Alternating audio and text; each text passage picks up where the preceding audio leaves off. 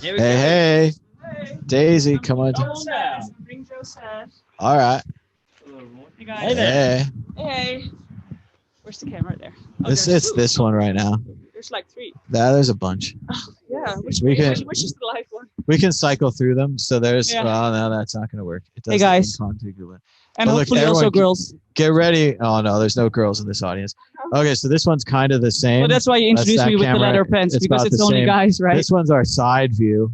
This is a very Yeah. nice distant side view, but everyone just seems to. And then this is our close up. Oh, yeah. Here we are, right here on Mhm. the Get close up. close up in you guys. But everyone likes this one. This Yeah, one's fun. sure. Yeah. So we just leave it on this one. And But it's isn't this bottle like in the way of the whole street? Yeah. that's to But That's me as a that's photographer. to like, remind everyone of the coronavirus that's going to kill us all. It is I- on us. Oh well. I did read, like it was in the news last week that the search for corona beer virus went up like 2,000%. It was a Wonder what's marketing in sales. disaster. Yeah, for no, the Corona literally company. people googling corona beer virus. Obviously, Yeah. the beer You know that? contains the virus. Oh yeah, Yeah, of course. It's the best way to spread it. Seems we'll very share clear this. to We'll me. share this. Oh, so yeah, one of the microphones is down, unfortunately. Something happened. We killed that one.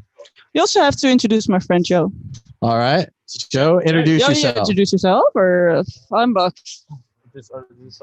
Yeah. Well, my name is Joe Saz. I'm an analyst for Block TV. I specialize in order book analysis and make my trades now based on that. And I have a new product that we're rolling out called Trader that visualizes the order book data on charts so that people don't have to look at the order book and kind of figure out how to interpret it. They can just visually see where support in the book lies. And that's generally a good bounce area versus resistance.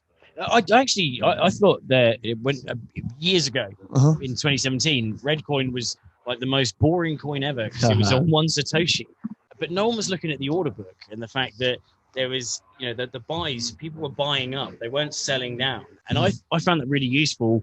For holding on to my Redcoin and trading it. So what sort of other data do you derive from? Is it 20%? Oh, sorry, $10,000 will move up X amount of prices, sort of like that, where you test liquidity of the order books too. It doesn't necessarily have a general like price cap. It just shows you where there is support, and you can make an assumption that that's a local bottom or a new bottom, like say to add leverage to an existing profitable trade.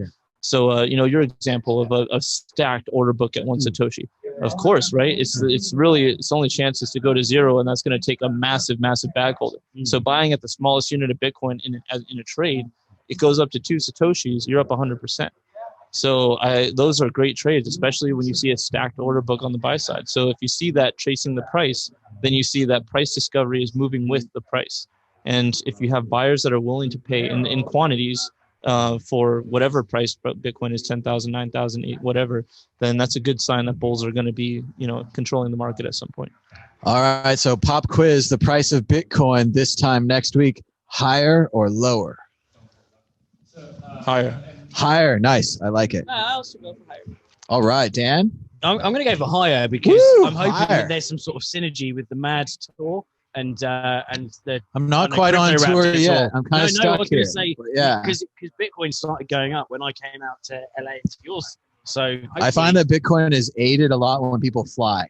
Yeah. If everyone could do their part and start traveling and flying like I do, and I don't even like flying, I feel like I'm going to die every time. But if you just go through that and have that pain and that suffer, Bitcoin feels it like ET and it goes up. Yep. It crashed while I was in transit to Vegas too, but I put my stops in. Nice. That was the question. Yeah. Do you like to sleep in Bitcoin or sleep in cash? I prefer to trade Bitcoin relative to Bitcoin. I care far less about cash than I do about Bitcoin. And I think that's one of the things that might mess a lot of traders up is they focus on the dollar value of their Bitcoin, but you can lose 2 Bitcoin and make 20 grand, and at that point you've lost 20 grand in opportunity, right? So there's a big, I think, problem there where people are so focused on the dollar value of their trades. But the one thing I wanted to comment on what you said, price a week from now, right now we have basically what I think is kind of a fake out. We had that beautiful golden cross, right? And it clearly hasn't panned out.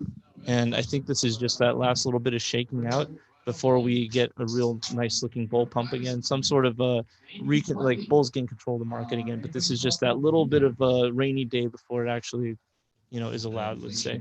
Well, the halving's 3 months away now. We're in February, so is it May? Yeah, estimated for May. And it's not priced in? Strong, powerful narrative. I do not believe it's priced in. Now, what about the altcoins? Do you think altcoins are a way to make money or a way to lose money? Most of the time, they're a way to lose money. But I would have no problem shorting altcoins after the next bull market, tops out, because if we're near guaranteed a retrace of 90+%, that's a huge trade. So I would have no problem shorting altcoins. I just don't. There's certain things I just don't like to touch. I hate XRP, and I will never take even the most clear positive trend setup in XRP. Can't touch it. It's blasphemy. It's disgusting to me. Socrates made me do TA yesterday on XRP in his workshop, and I actually had to make the conclusion that it's still going long on it. You should, if you want to make money, you should still go long on XRP now. And he got me in front of the audience because he knows that's the coin I hate the most. So, but it's still bullish. Oh, and I also think Bitcoin is going to go up, be up next week. Also because I'm surrounded by the best traders on the planet, including Joe. I could say like Tone, Ugly, Willie, they're all very close to me. And I was speaking to Ugly this morning, and he's in a huge long position right now. Like he went big. And then I was sitting next to them, and he was showing the chart to Willie. He's like, "Oh my God, I have to go long." Yeah, I can see it. So I would bet it's going to be higher next week. So yeah. Joe, you're in agreement that the altcoins are going to follow Bitcoin back up so you can short them. Yeah, I think there's going to be, I was really hoping that part of this market would include an altcoin apocalypse, and we didn't really get that. But what I do think is probably somewhere around the top 50 altcoins are going to get some all-time highs or near or above. So I would be willing to say, as a trader, if you threw a couple $100, I'm not talking about risking money here, a small money that it's, if you don't order Seamless 3 times in a row, throw that money in a shitcoin, and if it's in the top 50, it's probably going to make you money. It's got that natural trail, hasn't it? Is that as soon as Bitcoin starts going up, people hold the Bitcoin. The alts rise with Bitcoin naturally because they tend to, they tend to only drop once Bitcoin's reached the top. And yeah, I don't know. I think altcoins are going to be around for a while. We're never going to get rid of them because there's always going to be this thirst for something else other than the main. There's no product where there's just one company that, you've got different telecoms companies, and whether one's got the better technology or not, people kind of like that variety. So I think, unfortunately, shitcoins will be around forever. What we may see more of is like Adam Mack saying, like, they'll end up being side chains on Bitcoin, for example, rather than their own technology, because Bitcoin is that the TCP IP of crypto. Well, I just think there's only one internet. There's only one Bitcoin. I mean, I wouldn't be calling it side chains. Bitcoin's the internet, and altcoins are the intranet. It's like so all the companies to see the internet, and they're like, oh no, okay, that's too open. We have to build our own intranet. Oh, that's what I did, right? And what happened?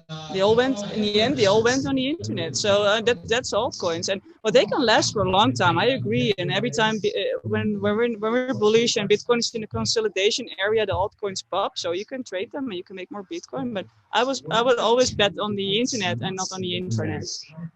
That's also a safety inclusive. I think that's an analogy I have from him. Well, I think the real problem is there's too much dumb money in the market. And you can never predict how dumb money is going to perform. Last night, we took some dumb money. Yeah, but I call it that's altcoin trading. We just take dumb money and we make more Bitcoin, right? Yeah, I think the problem is more that it's uneducated money. Dumb money is 100xing a pump at the top, right? That's stupid dumb money. Dumb money is degenerate.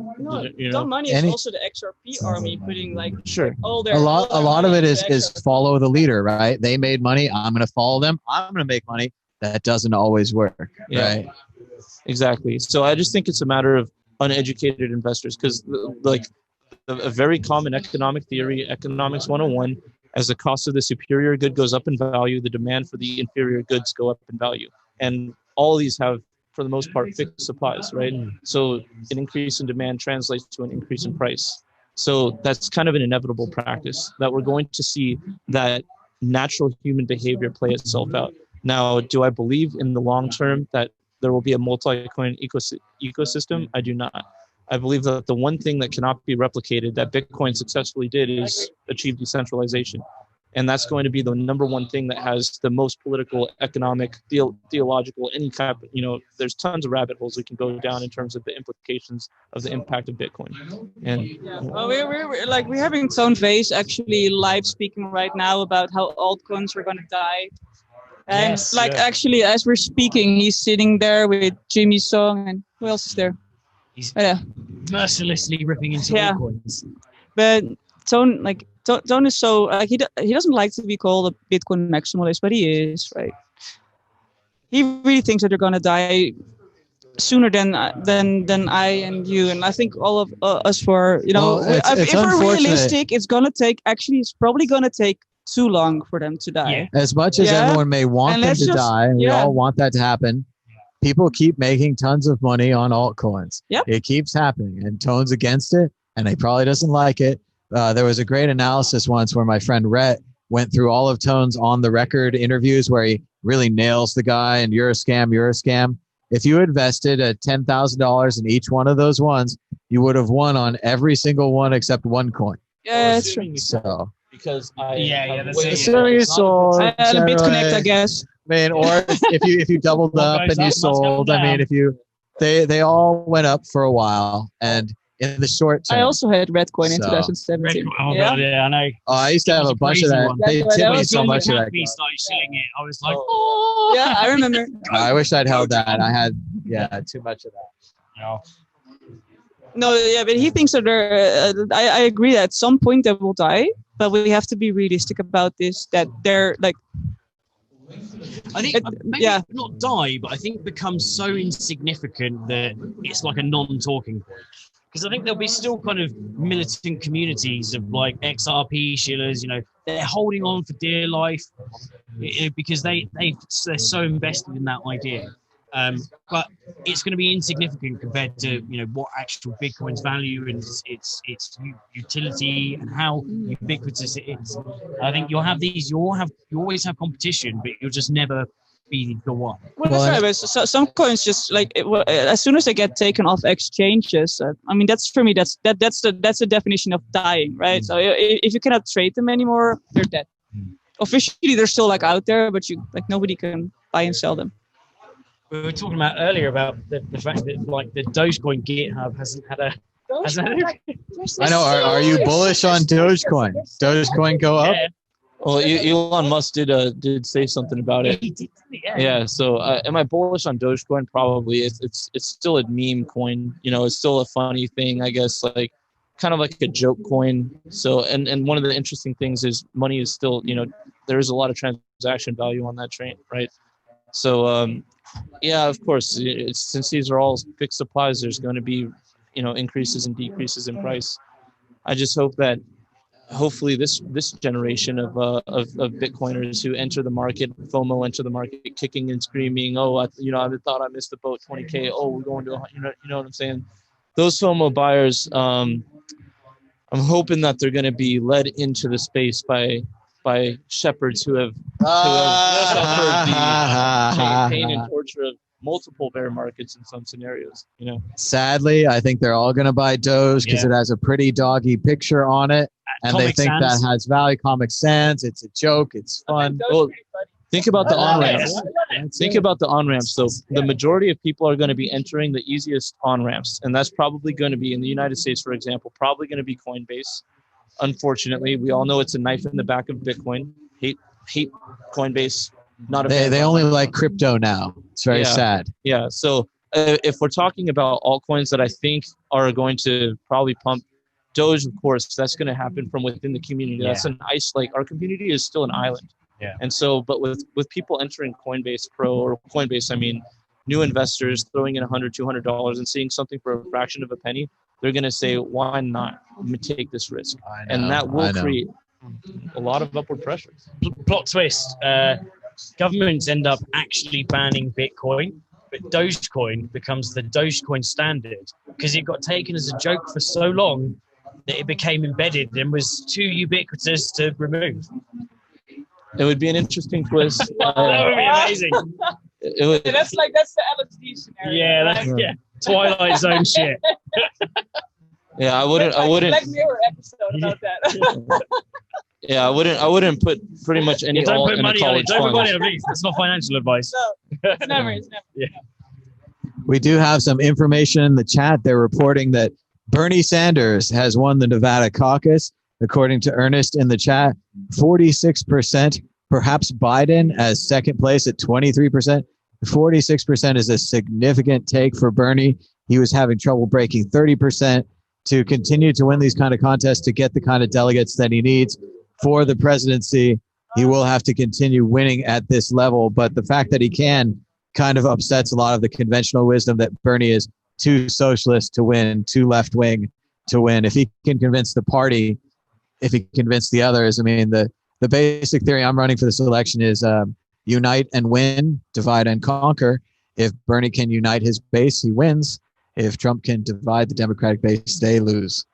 What do you guys think? Bernie going strong, or are you against the whole socialism, free healthcare thing? Well, I'm against. I'm for free markets, 100%. I believe competition is what would drive the best good and service.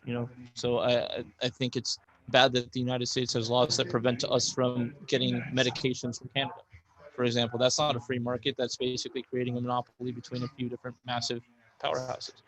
So I'm a free market individual, but I also believe that we're living in an age of outdated political tech. So we don't need the same level of representation that we did do today that we did 3,000 years ago. So I don't really look at an election as an opportunity to speak my voice. I believe our financial voice is crippled through the form of taxes, income tax. So I tend to stay on the sidelines and just prepare for Plan B, because that's my fight. I would rather put all my time and energy in learning how to gain my monetary voice, which is obviously more important. We, in our generation, have now lived through 2 elections where the popular vote did not elect a president. So it clearly shows that there is something above the popular vote that matters more and is probably tied to money. Was it Rothschild earlier? About that healthcare system, guys.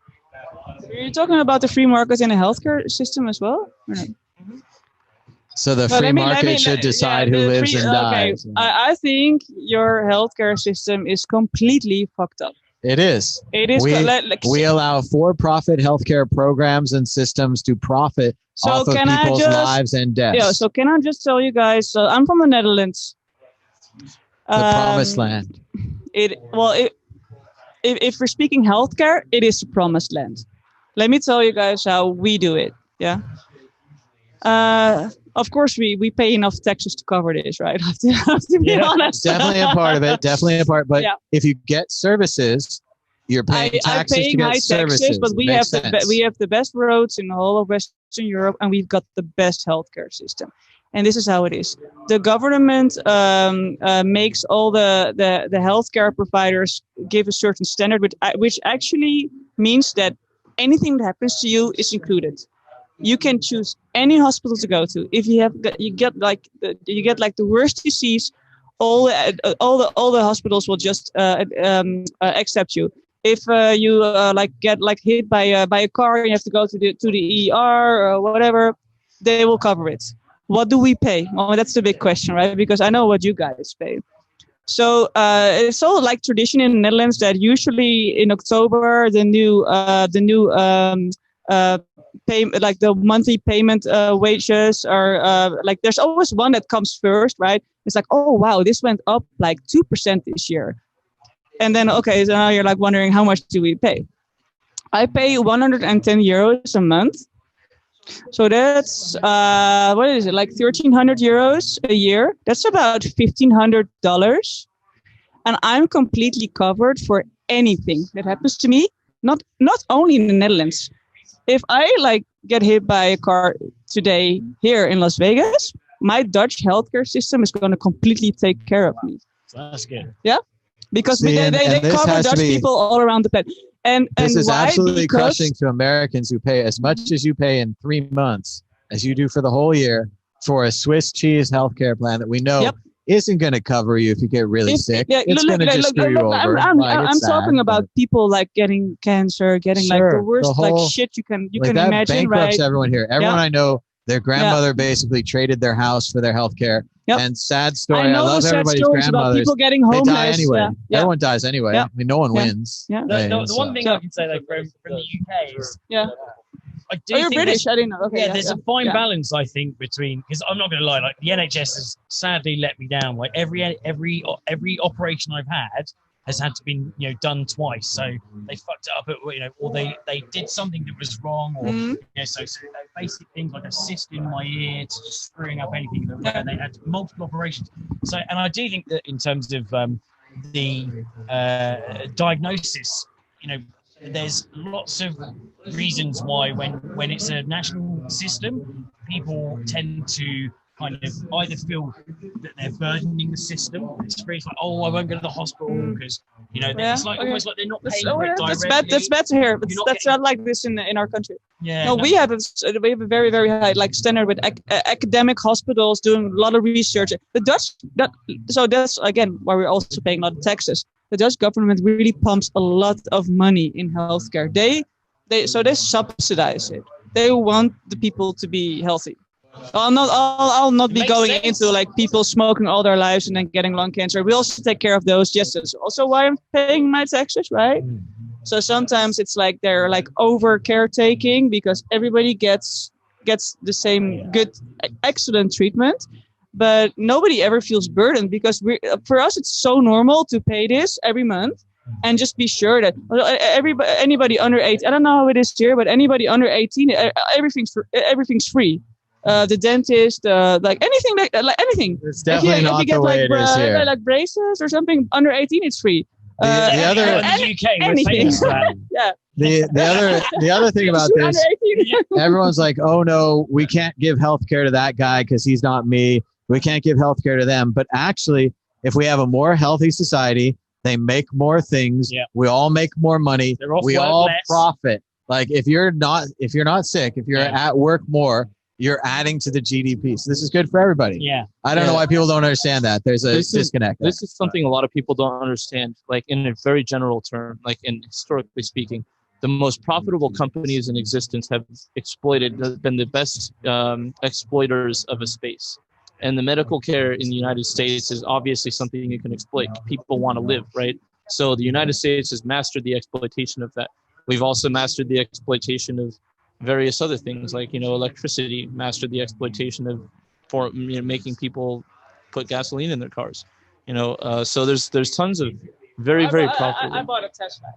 I'm off that system.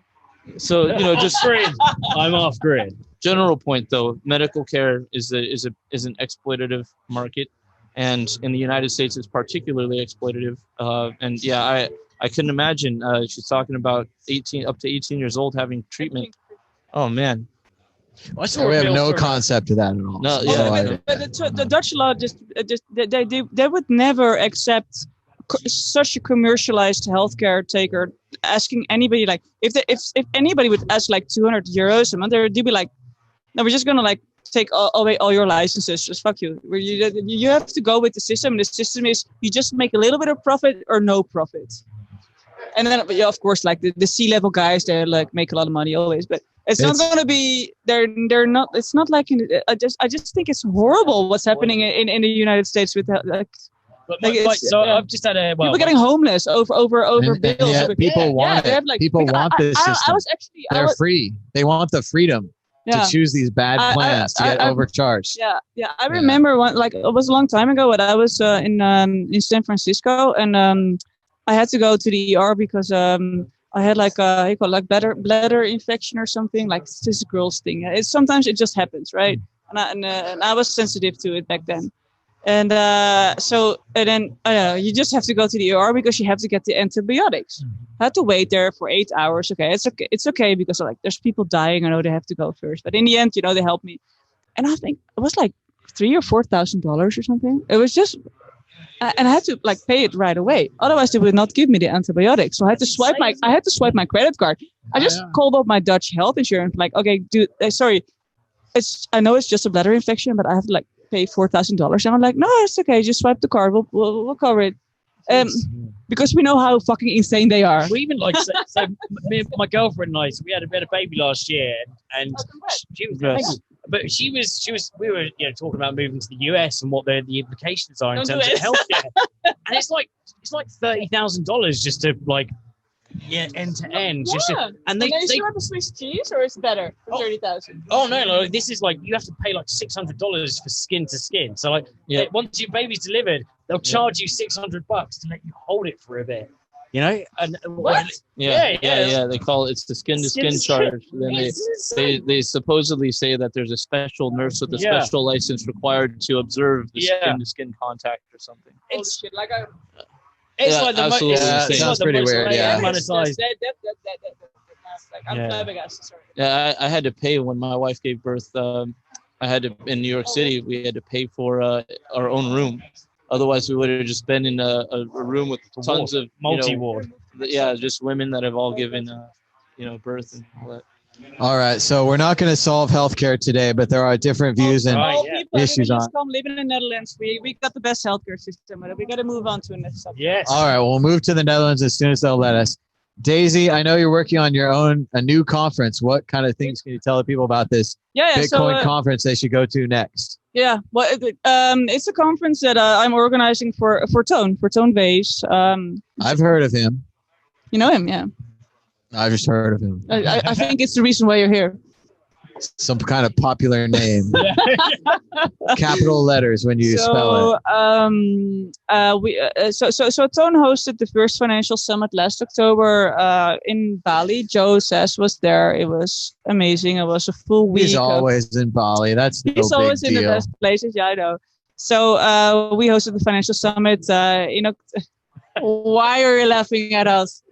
You want to join? No. The lawyer's getting drunker. He's getting more and more southern. My attorney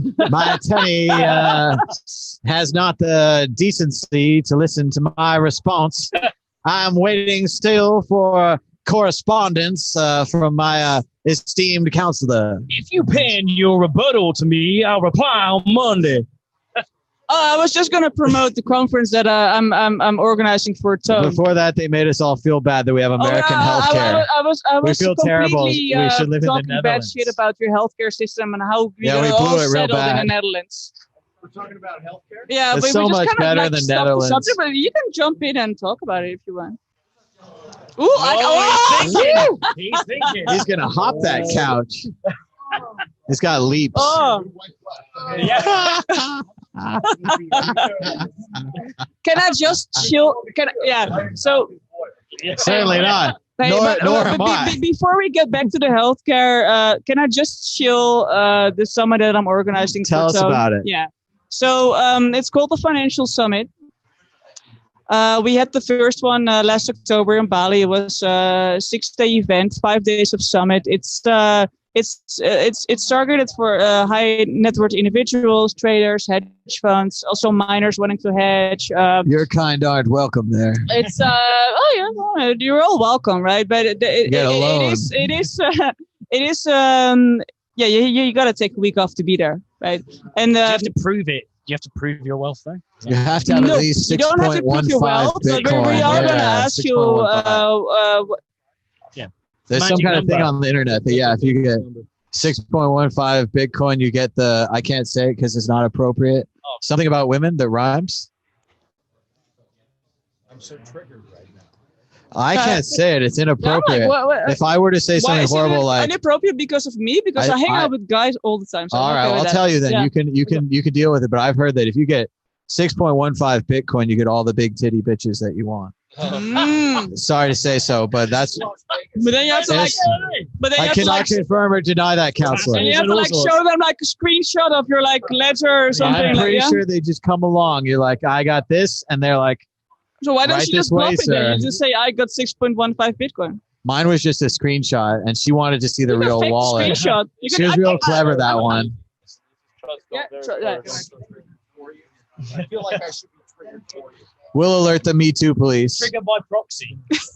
We'll start using words like third Okay, world so let me country just and finish- let R-tard, me just finish- but you can never say those Back to anymore. the So. conference. And then we go back to healthcare. Former Soviet Union. So we're hosting the next financial summit in the Dominican Republic, April 19 to 25. Joe's going to be there. Of course, Tone, because he's the organizer. I'm the event manager. Ugly Old Goat's going to be there. Socrates going to be there. Da Vinci Jeremy about how to trade altcoins, especially in altcoin seasons, which he believes you are already in now. It's going to be like mornings of trading education. Where can people sign up? Oh, yeah, let me show you. Do they get a free tote? Do they get a free tote bag? So it's the thefinancialsummit.com. I'll just shill my name because everybody else there. Oh God. Yeah. No, this is my name. Walk Daisy. over there. I don't feel like it. You get up. You show the camera. Do it for me. Yeah. So it's thefinancialsummit.com. FinSummit at protonmail.com. If you just shoot me a message, if you just shoot me a message, I'll send you a preliminary program. Yeah, that one's good right there. Yeah, you're there. Yeah. Closer. Yeah. So much closer. Oh, there it is. Oh, yeah. It's Daisy Coleman. That's me. Oh, now everybody knows my Telegram now, but that's okay. Oh, everyone's if you're spamming me, I'll just say spam. You're gonna get a lot of chats now. Yep. Thank you. Unwanted pictures. Yeah, it's gonna be super. Oh, and anybody who's into poker, we host like cash games. We did 3 of them in Bali, and they all went on until 8 in the morning. And I was actually in Bali. I was doing the accountancy and the dealing. There are no laws in Thailand. You can play any game you want. Bali. And Indonesia. So Thailand's not Indonesia. Bali's in Indonesia. Yeah, I know Bali's in Indonesia. I'm on but you're saying Thailand. Close enough. I could invade Vietnam from there. It's not very far. Okay, so frittata. So let me just give Joe give a little testimonial about the summit, and then we'll move on to the others. An awesome testimonial. Yeah, I'm trying to think of where to start. That's a good one. I'm a trader. I believe I'm a minimalist as a trader. I don't believe in oversaturating yourself with information, and I had this fundamental question as I became a trader and as a professionally. Of is less more or is more less, and the financial summit proved that I can go to an environment, learn from people with like Ugly with decades of market experience and money management skill. That was something that I wasn't factoring in as seriously as I should have been. And then to learn other things like again, being a minimalist, I don't care about indicators. I care about order book. I want to know where the support is in the order book, and I want to know where the resistance is. And so I go to Socrates class, and I'm learning about, the calculation for an RSI and all these various different things. And now I'm starting to understand it's not quite mayhem. It's not just, witchcraft altogether here. There is a lot that goes into it. And so, yeah, there's, of course, you have Willy Woo that you're learning off, on-chain analysis and how to interpret that data, make buying and selling decisions. So there was, it was probably one of the most positively educational experiences I've had coming from someone that really didn't go there with that in mind. So on top of that, the accommodations were the best in my entire life. I kid you not. It was honestly the best experience I've ever had in my entire life. Made the best friends that I could have made, and just a small group of people, a very intimate group. And we were playing cards till sunrise, ordering breakfast, drinking coconuts, or drinking coconut waters. I think you drank like 3 trees. I was drinking coconut trees at that point. So. This is sounding pretty good. I think this is something we've never experienced, right? The question that I have is that when you're looking at your trading strategies and knowing that you're going up against at least 80% of the active crypto trading market are algorithmic bots. How do you account for algorithmic bots at such a high rate that can perform trades faster than you when you're looking into your trading strategies? Yeah, that's a great question, and I think about this a lot because no matter what, there has to have been someone who created the bot. So therefore, there is emotion involved in this practice. Whether it's robotic or not, there was still a human interaction. That means that this bot is subject to terms and conditions created by a human. So if it's a moving average crossover, if it's an RSI overbought, oversold condition, whatever the case is, someone will use the secret recipe and they'll try to make a bot out of it. But still, there was thought and energy that went into it and the psychology that you can play against. So if someone is using technical indicators to make their buying and selling decisions, then you can say, all right, I'm going to assume that X percent of traders are using this as their strategy. Is X percent of traders, market participants, looking at the market or the daily traded volume, obviously possibly wash traded, but based on that information, you might be able to say, all right, the market did or did not react to these circumstances. Lucid SAR wasn't broken. The bullish crossover didn't instigate something crazy, a crazy buying frenzy. So I think bots, if anything, are probably one of the easiest things to manipulate. Yeah. Except when you're looking at a overall alt currency market of thousands of shit coins, which may or may not have bots designed by a 12-year-old to a 50-year-old, trying to understand the psychology across all of those coins. How do you pick or choose which coins you are going to try to operate in order to match up with your understanding of that psychology? Yeah. Because I don't think you can declare that one psychology of understanding bots is going to work across the board. You have to pick and choose which coin you think you've cornered the psychology on, right? My favorite movie is the movie Heist with David Mamet. And what he says in that, Gene Hackman says, I try to think about what someone smarter than me would do, and then I do that. It's a good plan. For a month and a half, I was able to figure out the psychology of one coin. Just one. Yeah. Not real. A coin. Fuck that. Odd coin. A coin. Right? Yeah. I was able to figure out the psychology of odd coin, worked it for a month and a half, and I haven't worked for 4 years. It's nice. Because for that small period of time, I had it figured out. But to be able to say that for all times, you can figure out the psychology of any coin for any duration of time. One is hubris, to be able to think that you can keep up with all of that, with all of the different competing interests.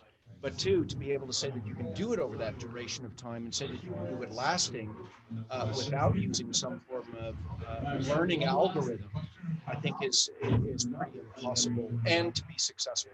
Yeah, I should have added, I don't really give a shit about shitcoins. No, this is about trading altcoins. Really We're where talking I spend about my time and energy. Yeah. So I do agree. Is 4,500 altcoins too many to predict psychological? I made a fortune off of shit. Yeah, of course. Don't tell anyone. Congratulations. But, yeah, And now state your home, and now state your home address, please. I lost in so a they can boating kidnap accident. you.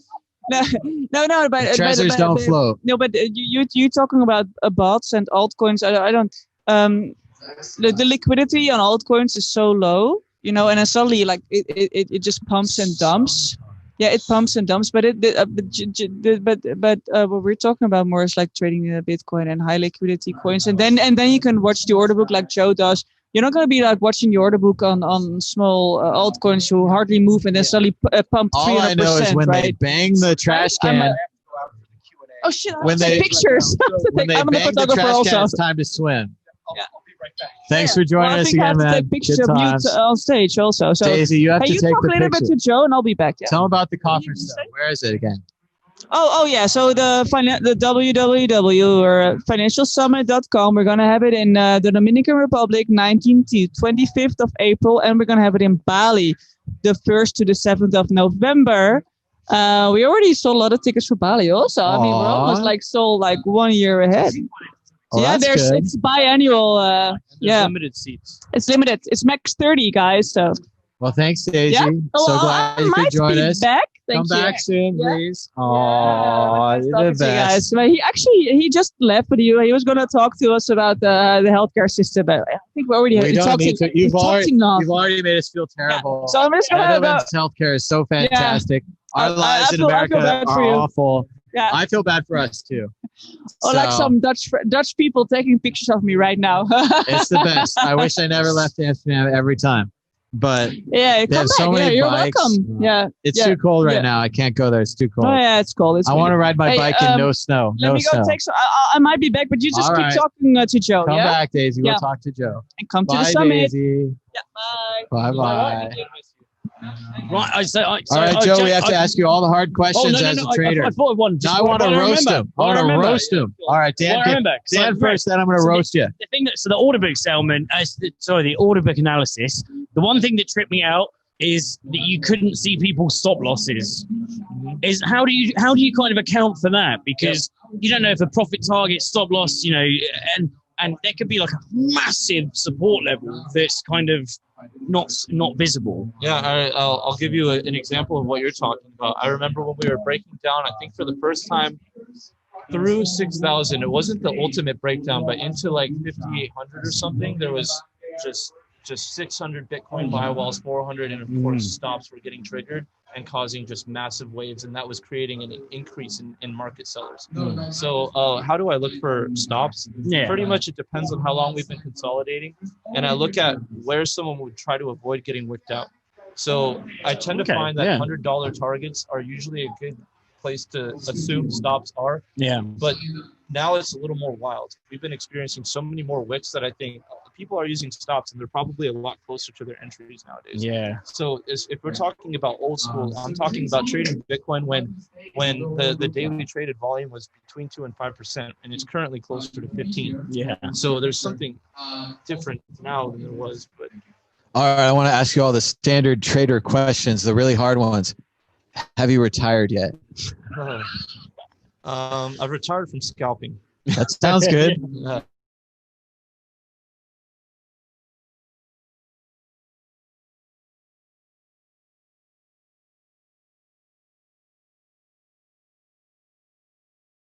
Again, part of it is fronting. So you have to front a lot if you want to be a trader. Because I want the people at home to be like, I want to follow a successful trader. I want to follow the trader who has a backyard. I don't want to follow the trader that's living in his mom's apartment. That's no good to me. I want that successful one. So tell the people home, you can prove it if you can. That I do. Actually, what I have is I work with my friend who created a company called TokenBot. And what happens is we plug the API into whatever exchange I'm using, and it'll say, I executed a trade on this day at this time at this price. So anyone that's following me can say, yo, this isn't just an analyst. This is someone putting their money where their mouth is.